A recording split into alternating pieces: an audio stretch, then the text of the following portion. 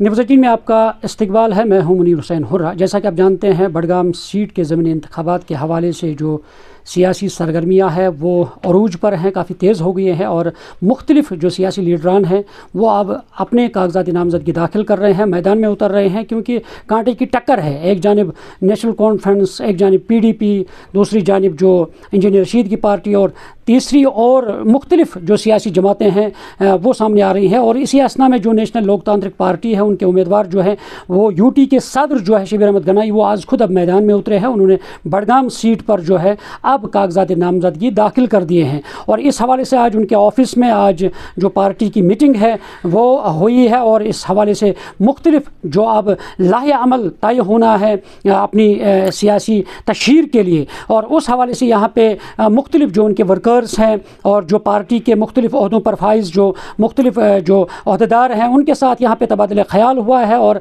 किस तरह लाहे अमल तय करना है कि आगे चलकर जो यानी कंपेन जो है, सियासी कंपेन, वो किस तरह चलानी है। इन सारी चीज़ों पे यहाँ पे अहाता किया गया है, उन पे तबादला ख्याल हुआ है।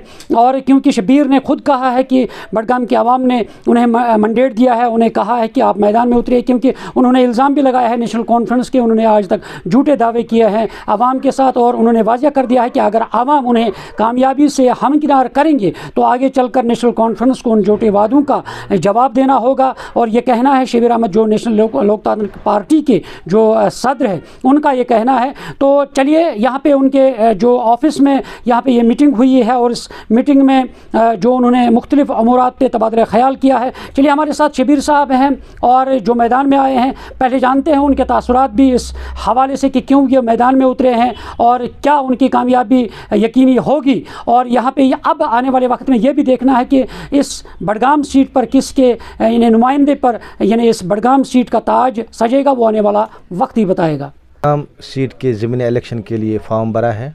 मैं बडगाम अवाम की कहने पर मैदान में उतरा हूँ, क्योंकि बडगाम के साथ हमेशा इस्तेसाल हुआ है, जैसे कि उमर अब्दुल्ला ने किया। अब इंशाल्लाह बडगाम की अवाम मुझे कामयाब कर देगी और मुझे अवाम की खिदमत करने का मौका देंगे।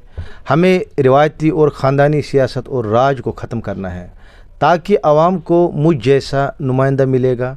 अवाम भी अब बडगाम के नए चेहरे मांगते हैं। मैं बडगाम की आवाम से अपील करता हूं कि 11 नवंबर मेरे निशान पर वोट डाल के हमें कामयाब कीजिए। हमें मैदान में आने की कोई ज़रूरत नहीं थी।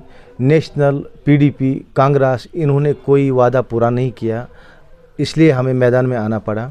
जो काम इन्होंने नहीं की हम पूरा करना चाहते हैं। इन लोगों के काम में जितने भी हम पूरा करना चाहते हैं।